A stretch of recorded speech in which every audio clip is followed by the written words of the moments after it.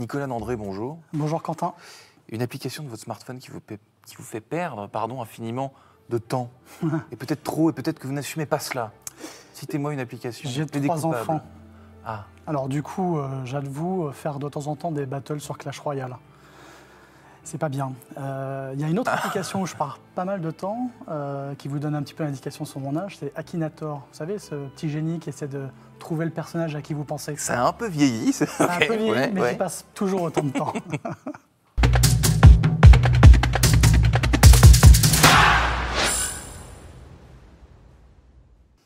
Bonjour à tous et bienvenue au Talk Dessineur du Figaro avec aujourd'hui Nicolas Dandré, fan d'Akinator, mais surtout patron en France de Slack, un outil digital devenu incontournable dans les entreprises pour communiquer, que ce soit en présentiel ou à distance.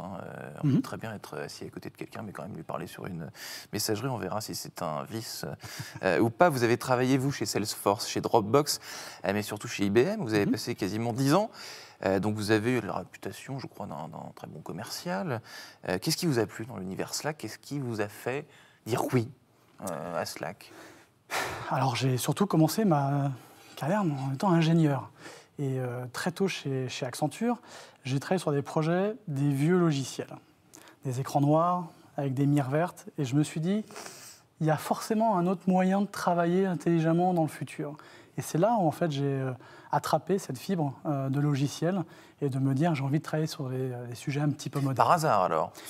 Complètement par hasard. On ne choisit pas toujours ses missions dans les cabinets de conseil, surtout quand on est jeune. Entendu. L'émission qu'on vous a confiée quand vous êtes entré chez Slack, c'est quoi? Comment Slack, tout le monde connaît désormais. Qu'est-ce que vos missions précises? C'est quoi? Tout le monde connaît. On n'est jamais assez connu, dirons-nous. Disons que c'est effectivement un logiciel qui met en relation des gens, des processus et des données, des millions d'utilisateurs. Il y a plus de 200 000 entreprises clientes, 150 pays. Donc effectivement, c'est très connu. Historiquement, plutôt sur des populations jeunes, profil tech. Et donc ma mission, c'est de déployer ces nouveaux modes de travail dans les entreprises et dans les grandes entreprises, avec forcément du coup un petit peu de changement, parce qu'on rend le travail plus simple, plus fun, mais toujours aussi productif. Parce que là, le pourcentage des clients de Slack aujourd'hui, c'est les plus petites structures. Pardon de ce côté caricatural, mais c'est la start-up nation, quoi, en gros. Alors, il est vrai qu'on a 92% de la French Tech qui est sur Slack. Voilà, ok. 100% de la FinTech, oui. Donc c'est très important. Mais on a aussi beaucoup d'entreprises qui sont des grosses entreprises qui ont décidé de basculer sur ces nouveaux modes de travail.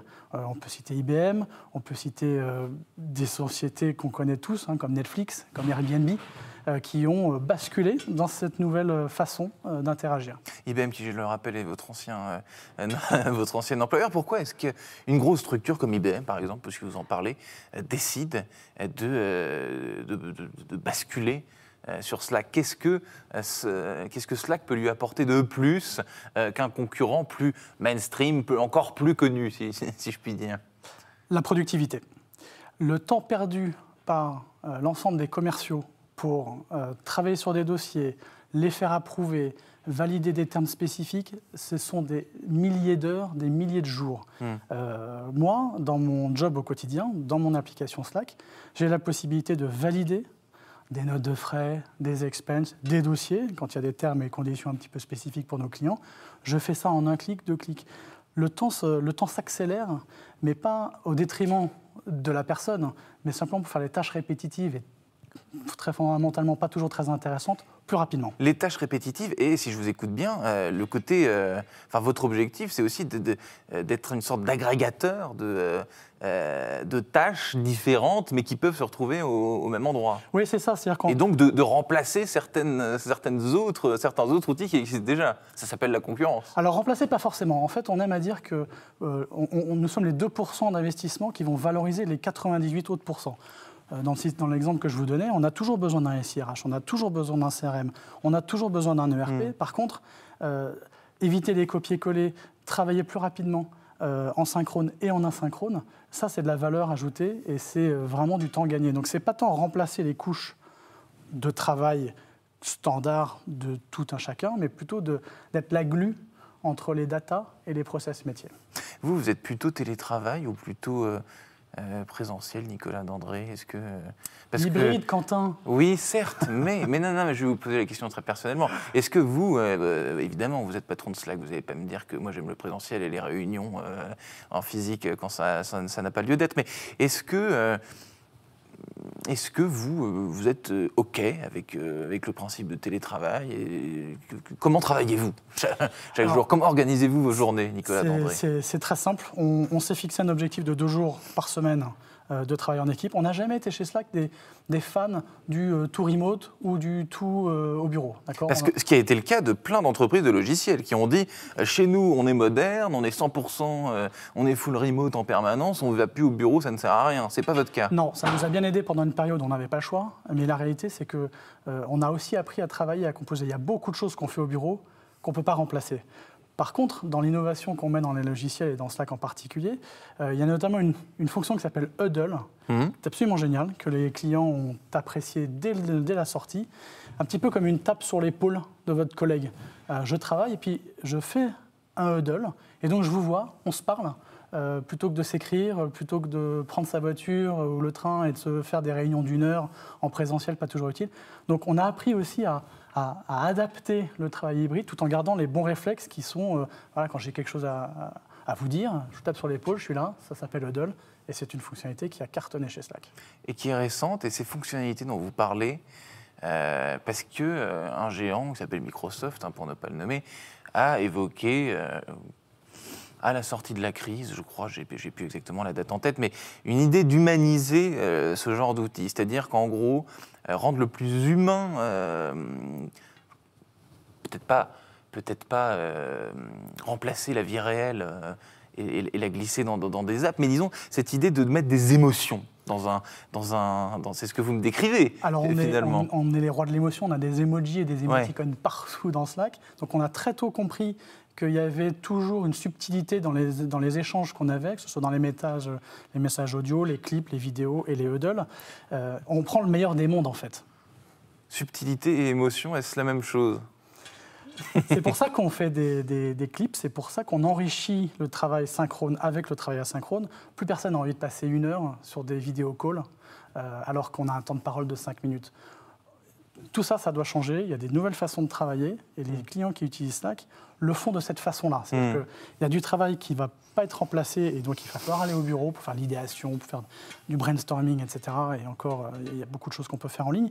Mais il y a aussi beaucoup de choses qui sont remplaçables parce qu'en fait, on n'a plus envie de s'embêter à perdre du temps. Mais un de vos sujets de prédilection, justement, c'est l'automatisation des processus de travail. Là, on est en plein dedans. Tout le monde en parle. Oui, tout le monde en parle. Les Français sont prêts, semble-t-il, selon certaines études qu'on a pu lire ces derniers mois. Les Français sont prêts, parce que justement, on peut parler de l'IA générative, faire du copier-coller entre systèmes, se poser 10 fois la même question dans une équipe, repartir d'une page blanche alors que la page a déjà été écrite, franchement, ça n'intéresse plus personne. Et donc ces technologies-là vont aider tout un chacun à mieux travailler. Donc ça va aussi sur le bénéfice de l'entreprise, mais c'est important de comprendre que cette plateforme de productivité qu'est Slack, elle impacte l'individu dans sa relation au travail. Bien sûr qu'ensuite il y a des bénéfices de productivité. Ceux qui utilisent Slack sont 49% plus productifs que ceux qui n'utilisent pas. Donc c'est majeur comme statistique. Mais cette image de la grande frousse, la grande peur des technologies, la grande peur d'être remplacé par des technologies, que ce soit pour des métiers, pour des secteurs, etc., est en train de tomber, selon vous, ou c'est devenu un vrai sujet, c'est plus tabou, quoi? Ça va dépendre des métiers, bien entendu. Pour la plupart des personnes qui vont l'utiliser, il y a d'autres défis dans l'IA générative. Quand on a lancé Slack GPT, on a quelque chose qui est très important, c'est de travailler sur les données de l'entreprise. De ne pas les croiser avec le reste. Donc tout ce qui est l'IA éthique, la personnalisation, la sécurité des données, de pouvoir dire telle personne peut le faire sur tel type de données, tout ça c'est fondamental dans l'IA générative. Et en fait, pour Salesforce et pour Slack, c'est ça qui donne confiance à l'utilisateur. On n'est pas en train de monnayer ces données ou son travail pour en faire un business model. En tout cas, la philosophie de Slack rachetée par Salesforce, un énorme rachat, le plus gros de l'histoire de Salesforce, c'est justement d'aller plus loin dans cette productivité et d'amener ces fonctionnalités au plus près de l'utilisateur de façon très transparente et très sécurisée. Et en gardant un lieu physique où on se rencontre, les collaborateurs. Comment est-ce que vous voulez, parce que ça aussi c'est un sujet marronnier du moment, c'est ramener les gens au bureau et avoir une vraie expérience, une vraie raison de venir au bureau. Chez Slack, pourquoi on vient au bureau? Alors on a des étages par industrie. Donc quand on vient au bureau, on sait qu'on va aller rencontrer ses collègues sur l'industrie sur laquelle on travaille et on apprend plein de choses. On a des corners qui sont par technologie. Donc quand tout à coup je veux apprendre des choses sur l'IA générative, sur Slack GPT, sur Huddle, je vais dans mon corner avec Slack et je peux discuter. Et en fait, le succès, il est là. C'est de pouvoir, dans un bureau physique, savoir qui est là, qui n'est pas là. Et donc, on a des capacités dans Slack et aussi avec nos partenaires, parce qu'on incube un certain nombre de startups chez Station F, où on arrive en fait à créer une nouvelle énergie, des nouvelles sources de relations clients et employés, parce que tout ça est évidemment lié. De nouvelles énergies, vous, sur votre profil LinkedIn, pour vous décrire, vous n'avez pas mis votre intitulé de poste, vous avez mis une citation anglaise avec mon accent fabuleux, « When work flows, business grows ». En quoi ça vous... Pourquoi cette citation? Ça me parle parce qu'en fait, quand les relations du travail sont fructueuses, c'est ce dont je parlais, c'est la symétrie des attentions. Quand tout se passe bien au travail, quand on est productif, quand il y a une bonne ambiance, quand les valeurs sont partagées, ça se ressent sur le business. Et est-ce que, dernière question, il nous reste une grosse minute, est-ce qu'il y a des pratiques, selon vous, des mauvaises pratiques avec les outils digitaux? Par exemple, même quand on travaille dans ce business-là, est-ce qu'il y a des choses que vous déconseillez à vos collaborateurs, à vos clients? Est-ce que vous dites parfois, notre outil, pour cela, ne vous servira à rien? Oui, alors on essaye évidemment à chaque fois de mesurer les gains de productivité qu'on peut avoir, de ne pas faire n'importe quoi. Ce n'est pas parce qu'on a un marteau qu'on va aller attraper tous les clous, donc on est très vigilant avec cette approche-là. On est très humble aussi, c'est-à-dire qu'on apprend au fur et à mesure des nouveaux cas d'usage. Vous savez très bien que la technologie va très, très vite. On ne parlait pas d'IA générative il y a encore 6 mois. Aujourd'hui, c'est installé dans les entreprises. Et donc il y a une veille permanente. Donc il y a en permanence une veille. Ouais. Donc les clients sont curieux, nous on doit aussi être curieux. Je pense que quand on écrit trop, un petit peu caché derrière son ordinateur, on perd de l'intérêt relationnel avec son interlocuteur, que ce soit un collègue ou un client. Et donc on se méfie toujours de tout écrire ou de tout figer dans des messages un petit peu écrits. C'est pour ça qu'on lance des clips, des vidéo calls, parce qu'on a besoin de cette relation. Nicolas Dandré, donc merci infiniment d'avoir répondu à mes questions. Je vous rappelle, vous êtes patron en France de Slack, donc un outil incontournable désormais pour communiquer au milieu de tas d'autres. Ça, on l'a bien compris. En tout cas, je vous remercie infiniment d'avoir répondu à mes questions. Je vous souhaite une excellente fin de